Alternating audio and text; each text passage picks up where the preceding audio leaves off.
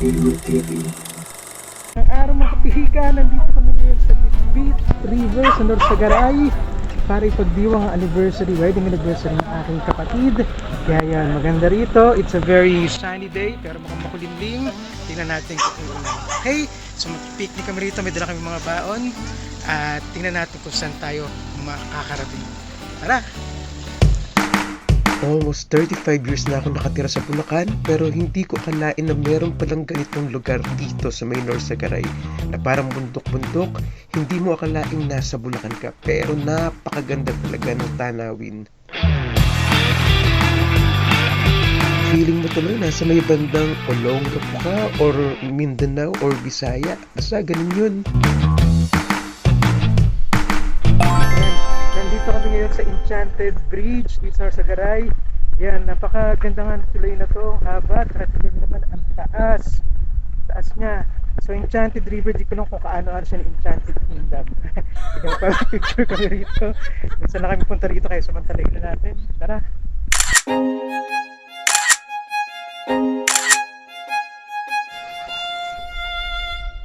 From that tulay, pababa na kami dito sa Bitbit River. Yay! Ayan na nga, meron din pa ilan-ilan na maliit na rock formation at napakaraming puno, napakasarap ng simoy ng hangin. Yan yung mga cottage nila, marami kang pagpipilian, mukhang di ka mauubusan. At syempre yung tubig talaga rito yung tarang pinakasikat, syempre dahil malamig, malinaw at talagang masarap magbabad. Tara na, lusong na tayo. Ang entrance dito, pagka nakasasakyan ka na SUV is 100 pesos. Pero pag wala ang sasakyan, per person 20 pesos. Ito yung price, pricing nila. Ayan. Tapos yung cottage, it's 300 ba? 300, ganyan yan. May table, may bubong. At syempre malapit dito sa ilog. Ilog ba tawag dyan? Sapa? Dagat? Ano? River. Ilog, river. Bitbit River. Ayan. Ako, napakalayo nito. From akala mo hindi, wala na sa Bulacan. Para kami pumunta na ng Subic, Zambales, Baguio kasi may mga daan na parang pasigsag-sigsag din. Sigsag ang sigsag din. Pero maganda yung lugar at parang masarap talagang maligo. Oh, tingnan nyo, babaw lang. Hindi nakakatakot lumusong na baka aagusin ka kung saan-saan or anurin na makita ka na lang na bloated. Parang safe naman siya rito.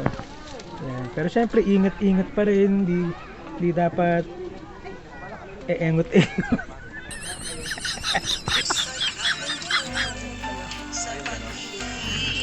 Ano bang ulam natin? May ako ng giniling. Ano ba to? Pancit. Kumuha na ako. Fried chicken. Nasaan yung fried chicken? Baka fried lang. Napakarami. Nakakuha na ako ng isang ganito. Dahil ngayong araw na to, celebrate ang anniversary ng... Ay, anong ilang years na anniversary nyo? 29. 29? So malapit pala kayo mag-50. Malapit, mahaba na yung aking pinagtitiis dito. Yung 29 years, ano ba yun? Di ba golden yung 25th? Ano ba 29? Silver, 25. Ha? 25 silver. Ah, silver. O, tama. 50 yung golden pala. Ano kayong 29? Research natin kung ano yung 29, ha? So, ano naman yung mga napag-awayan nyo? Marami. Ano mas marami? Away o labing? Away. Dahil sa 29 na meron silang dalawang bunga. Kumain na po kayo. Yan. Okay, kaya nandito kami ngayon sa Bitbit ba to, Sam? Bitbit River dito sa Norsagaray. Ang ganda rito, oh, yan. Kasi it's a celebration of their 29th anniversary, wedding anniversary. Ni Ate Mulot ni Kuya Nelson na kapatid. Pinasali, napakalago ng buhok ko. Tingnan mo ngayon, sa 29 years, ano na itsura? Okay. So sa tingin mo ba, Timol, dahil sa'yo kaya nakalbo? Pweba yan. Ha? Yun ang pweba. Natural na yan. Tinanggap ko na matagal na. So natural na rin. 30 years ago. Pweba yan. So 29 years ago, ganyan na talaga yan. Tama yan lang ang time. Na, 30 years ago, ganyan na talaga.